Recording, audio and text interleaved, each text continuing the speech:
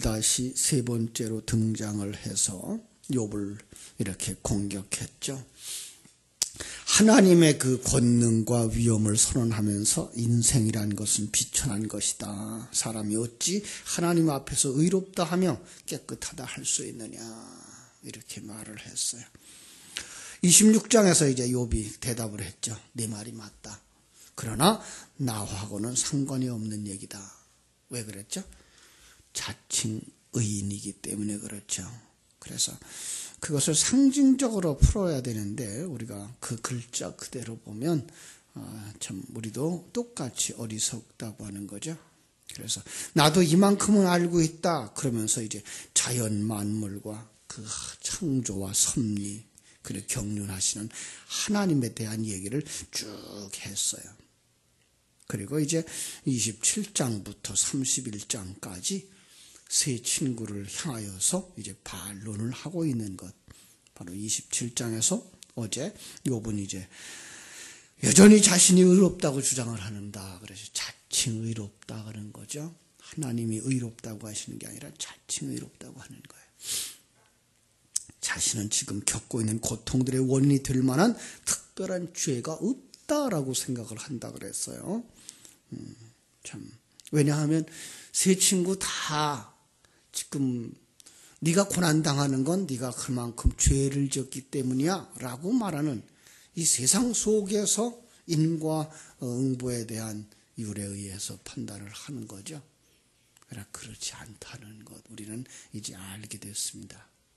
하나님이 우주와 만물을 움직여 가시고 하나님이 자기 백성들을 만들어 가시는데 그 사람의 상황과 그 사람의 능력과 그 사람의 조건에 따라서 그 사람을 만들어가는 방법이 각기 다르기 때문에 그 사람을 만드는 방법 가운데에 질병도 있고 실패도 있고 또 건강도 있고 부유함도 있다라는 것 기억하시라고 했습니다. 그렇습니다.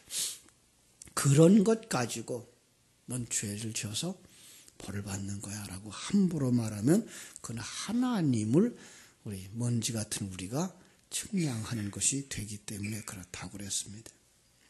결국 욥은 뭐라 그러는가 하면 자기의 의를 주장하자. 나는 잘못한 게 없다. 그런데 이유 없이 하나님이 나를 괴롭힌다. 그러니까 하나님은 공평하지 못하다. 하나님이 심지어 자기보다 불의하다라고 하는 얘기를 하고 있는 거죠. 마치 창세기 3장에서 사단이 와서 하나님이 왜 너보고 먹지 말라 그런 줄 알아?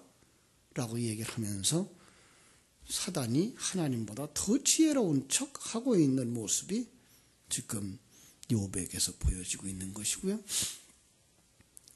마태복음 22장에 보면은 혼인잔치집에 청함을 받은 자들이 주인이 다 예복을 주는데 그 중에 한 사람 예복을 안 입은 사람이 있었어요. 그죠? 왜 그랬다 그랬죠? 자기가 입은 옷이 임금이 준 예복보다 더 낫다라고 생각을 했기 때문에. 근데 그런 자들은 이제 꽁꽁 묶여서 바깥 어두운 곳으로 던져진다라고 얘기를 했습니다. 그렇습니다. 욥은 그럼에도 불구하고 악인의 결말이 이 땅에 있는 인과응보의 원리에 따라서 징계와 진노와 파멸을 당하게 될 거다라고 말했어요. 그렇지 않습니다. 이 세상 속에서 살다 보면 불의한 자들이 더 배부르게 편안하게 그리고 마지막까지 재산을 누리며 살아갈 수 있습니다. 더군다나 성경이 말하고 있는 악인이라고 하는 건 하나님의 생명이 없는 자들을 이야기하기 때문에 그렇습니다. 28장에서 이제 계속해서 인간이 추구하는 것들에 대한 이야기를 합니다. 자, 봐라. 세상 사람들이 다 은금광석을 찾기 위해서 수단 방법을 가르지 않고 지혜를 동원하지 않느냐? 자, 그 지혜. 그러나 뭐죠? 그건 세상 것들은 그걸 모른다. 솔개나 매나 용맹스러운 짐승이나 사자도 그 지혜가 어디 있는지 모른다. 사람은 그것 정도는 찾을 수 있다. 그런데 12절부터 얘기하는 거야. 참된 지혜는 사람도 모르고 찾지도 못한다. 보화보다 가치 있는 지혜를 찾으려고 하나 찾지 못한다. 그러면서 이제 20절로 28절에서 참 지혜는 하나님만 아신다. 하나님이 참 지혜죠. 그러나 그 하나님이 이 우주 만물을 바람이나 물이나 비나 동식물이나 인간까지도 그분이 다스리고 계신다. 마지막 28절에서 주를 경외함이 곧 지혜요 악을 떠남이 명철이다. 자, 그러니까 이 28장 전체를 통해서 동물들이 모르는 것이 있고 인간은 아는 것 같으나 찾을 수 없고 바로 그 참 하나님, 그분에 대한 경외함, 그것이 바로 우리에게 필요한 것이다 라고 말로는 잘하는 사람들이라 이렇게 얘기를 했어요. 지식으로는 잘하는 사람이다. 예. 왜 그렇게 말하죠? 욥은 지금 자신이 당하고 있는 이 고난에 대해서 그 고난조차 하나님이 주장하고 있다는 생각을 못하고 남에 대하여서 이야기하고 세상에 다른 사람의 이야기를 할 때에는 쉽게 그 욥의 세 친구처럼 이야기를 하지만 자기가 그 환경에 처하고 나면 자기 속에 하나님의 생명이 없을 때 능히 하지 못하는 거죠. 그렇습니다. 거기서 자기가 생명 없는 자인 것, 하나님과 교제하고 있지 못하다고 들. 욥이 이제 자기의 과를 합니다. 자기 딴에는 자기는 하나님과 굉장히 밀한 사람이라는 것. 적으로 볼 때 하나님 앞에 이렇게 잘했기 때문에 하나님이 내게 이렇게 보답해 주시는가 보다 하고 했다는 거죠. 그래서 사람들에게 존경을 받았고 칭찬도 받았다는 거예요. 자기 생각에는 이제 18절부터 20절 보면은 이런 미래가 펼쳐질 거라고 생각했다는 거죠. 18절 볼까요? 29장 18절. 내가 스스로 말하기를 나는 내 보금자리에 숨을 거두며 나의 날은 모래알같이 많으리라 하였느니라. 장수하다가 평안히 죽음을 맞이할 거라고. 아니 그렇게 사는 사람들도 있어요.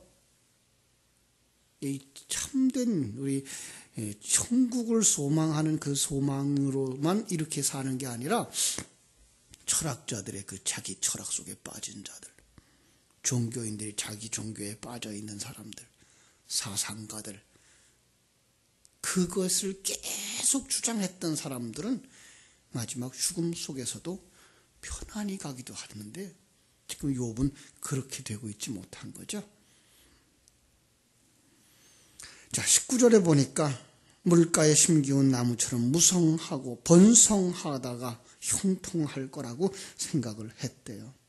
내 뿌리는 물로 뻗어나가고 이슬이 내 가지에서 밤을 지내고 갈 것이며 내 영광은 내게 새로워지고 내 손은 내 화살이 끊이지 않았노라. 날로 강해져서 어떤 세력으로도 넘어뜨릴 수 없는 그런 강하고 큰 자가 될 거라고 기대를 했다는 거죠. 그렇게 살았어요. 21절로 22절. 무리들이 나를 존경했고 내가 가르칠 때에 그들은 잠잠히 잘 들었다는 거죠. 잘 나갈 때. 그죠? 설득력이 있었고 그래서 매우 그들이 비를 기다리듯 나를 기다렸고 봄비를 맞이하듯 그들은 입을 벌려서 내 말을 들었다는 거예요. 영향력을 끼치면서 살았고 노년에는 그 아름다움을 유지할 거라고 생각을 했더라는 거죠. 자, 30장. 그러나 지금은 어때요? 고통스럽고 질병 때문에 패망의 순간을 맞이하자 1절부터 8절에서 그들은 뭐라 그래요? 그들이 나를 업신여기고 비웃는다고. 수치스러워 견딜 수가 없다는 거예요.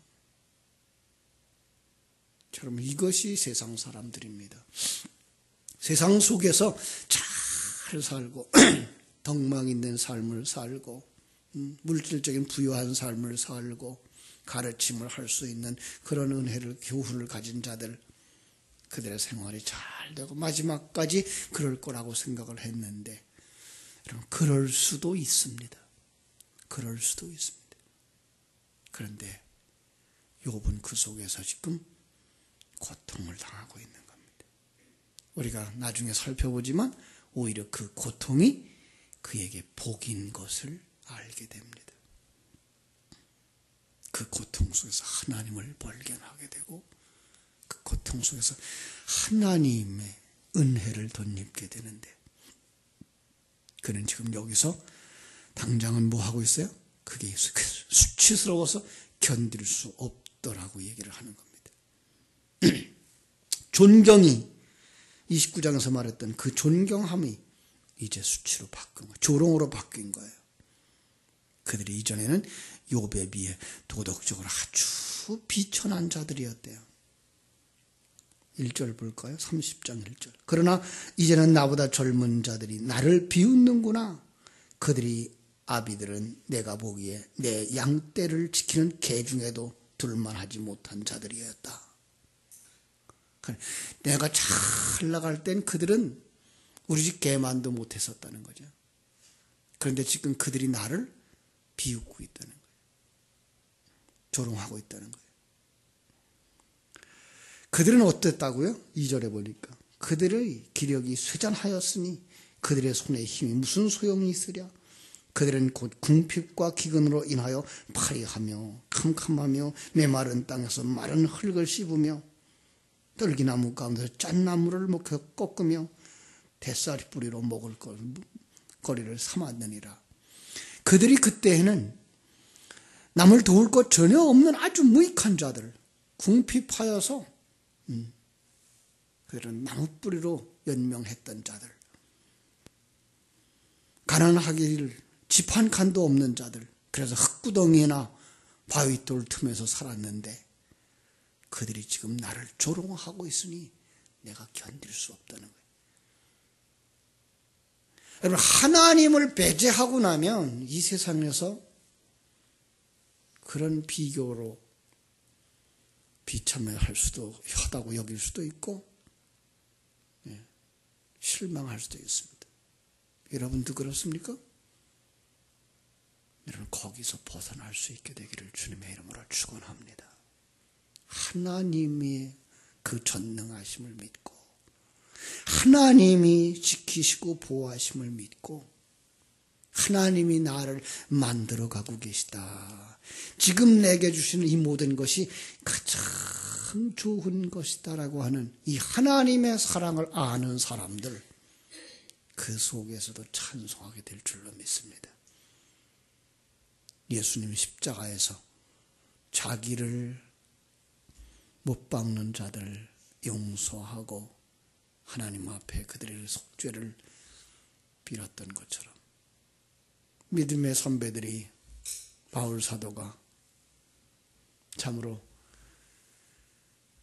옥에 갇혀서도 나는 평안하니 너희들도 평안하라 라고 평안의 복음을 외칠 수 있었던 것, 그것은 바로 하나님의 존재에 대한 이해, 그리고 그 하나님이 나와 함께 하시며 나를 지키시고 보호하시고 만들어가고 있다고 하는 이 확실한 하나님에 대한 신뢰가 있을 때 가능한 겁니다. 그러지 못하면 우리는 사람들과 비교하느라고 조금 그들보다 나으면 교만함으로, 조금 그들보다 못하면 열등감으로 매일 슬픈 날을 하나님을 슬프게 하는 자들로 살게 되는데, 바로 거기서 벗어나서 하나님을 굳게 의지하는 믿음의 사람들로 서게 되기를 주님의 이름으로 축원합니다. 그들이 욥을 어느 정도로 조롱하느냐, 이제 9절부터 쭉 15절까지 나오는 거예요. 30장 9절부터 볼까요? 이제는 그들이 나를 노래로 조롱하며 내가 그들의 놀림거리가 되었으며 그들이 나를 미워하여 멀리하고 서슴지 않고 내 얼굴에 침을 뱉는도다. 예, 욥의 참상을 노래할 정도래요. 욥을 미워하고 또 멀리하고 가까이 있으면 침을 뱉는데요. 7절에 보니까요. 우리 17절 한번 볼까요? 밤이 되면 내 뼈가 쑤시니 나의 아픔이 쉬지 않는구나. 30절에 가서도 똑같이 얘기해요. 나를 덮고 있는 피부는 검어졌고 내 뼈는 열기로 말미암아 탔구나. 그는 지금 피부가 까맣게 타고 뼈가 다 타들어가는 고통이 끊어지지 않고 계속되는, 어렵습니다. 그죠? 힘드시죠? 욥이 그 정도였어요. 욥은 아마 더 했을 거예요. 그게 몇 달이면은 그래 견딜지도 모르죠. 그게 몇 년쯤 된다 그러면 세상의 눈 가지고는, 세상의 관점 가지고는 불평하고 원망하고 스스로 목숨을 끊을 만큼까지 밖에 못 가요. 그러나 여러분, 하나님이 계신 것, 하나님이 나를 만들어가고 계시다는 사실을 아는 사람, 그 속에서도 하나님을 찬송하게 될 줄로 믿습니다. 잠깐입니다. 여러분이 지나온 날들이 잠깐이었던 것처럼 남은 시간도 잠깐입니다. 사람이 감당할 시험 밖에는 하나님이 허락하신 것이 없답니다. 여러분, 인내하십시오. 그리고 그 속에서 하나님의 따뜻한 손길, 나를 위하여 한탄하시며 눈물 흘리고 계시고 가슴 아파하시면서 나의 완성의 시간을 기다리시는 내 아버지, 하나님의 그 아픈 마음을 여러분들이 생각할 수 있다면 우리는 그 속에서 결코 욥과 같이 하나님을 저주하고 원망하지는 아니할 것입니다. 20절부터 보면요, 30장 20절에 욥은 뭐라고 말하는가 하면 하나님이 나를 버렸다는 거예요. 그러면 내가 잘 되고 있을 때는 하나님이 나를 사랑하셨고 축복하셨고, 내가 고통당했을 때는 하나님은 나를 버리는 그런 하나님이에요. 하나님을 모르는 사람입니다. 내가 주께 부르짖으나 주께서 대답지 아니하오며 내가 섰사오나 주께서 나를 돌아보지 아니하시나이다. 주께서 돌이켜 내게 잔혹하게 하시고 힘있는 손으로 나를 대적하시나이다. 나를 바람 위에 들어 불려가게 하시며 무서운 힘으로 나를 던져버리시나이다. 하나님이 자기를 짓밟고 멸망시키고 있다는 거예요.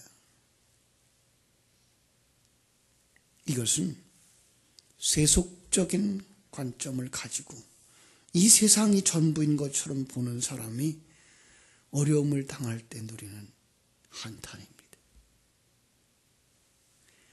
이 세상이 전부인 줄 아는 사람들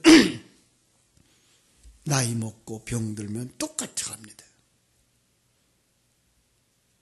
그 사람 속에 하나님의 생명이 없다면 그는 사람도 원망하고 하나님도 원망하고 자식들도 원망하며 살 겁니다.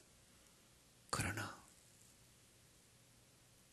하나님의 생명이 있는 사람들, 그 속에서도 여전히 평강을 누리며 하나님을 찬송하는데 바로 여러분들이 거기까지 이르게 되기를 주님의 이름으로 축원합니다. 기도하겠습니다. 하나님, 고통을 당하는 그들, 그 속에 과연 생명이 있는가, 하나님의 생명이 없는가를 우리는 볼 수 있었습니다. 욥의 모습을 통해서 자칭 의롭다고 생각하고 자칭 하나님이 복 주셔서 부요하다고 생각하고 살아왔던 그러나 그가 고난을 당할 때에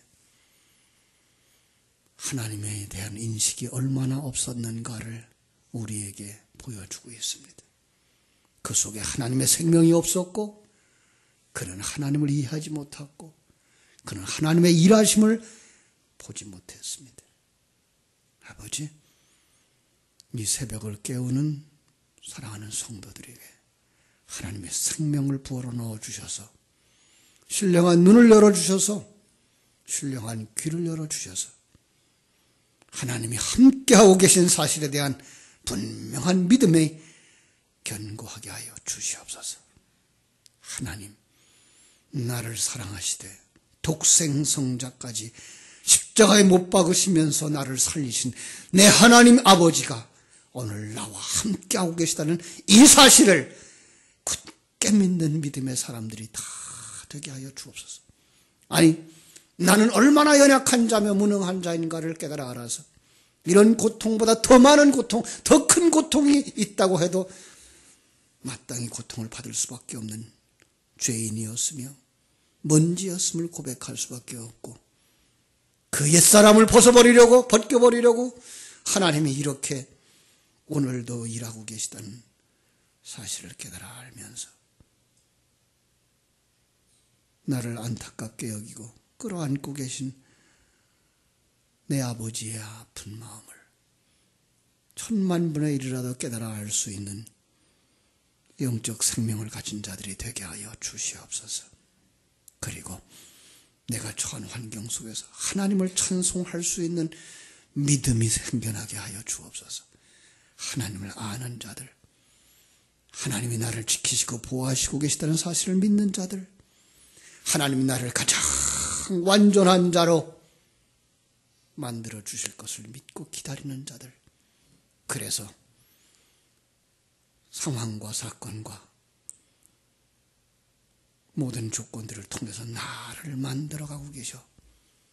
바울 사도가 고백한 것처럼 모든 것을 합력하여 선을 이루시는 내 아버지를 믿는 그 믿음이 더 견고하여지게 해주시고 그 속에서 이제 입을 열어 하나님의 성호를 찬양하며 감사하고 감격하며 기뻐할 수 있는 믿음의 사람들로 세워 주시옵소서. 오늘 하루의 삶도 주님께 부탁드립니다. 일마다 때마다 시간 분분 초초마다 하나님을 잊지 말게 하여 주시옵소서. 오늘 주신 이 말씀을 묵상하며 승리의 삶을 살게 하여 주시옵소서. 예수님의 이름으로 기도하옵나이다. 아멘.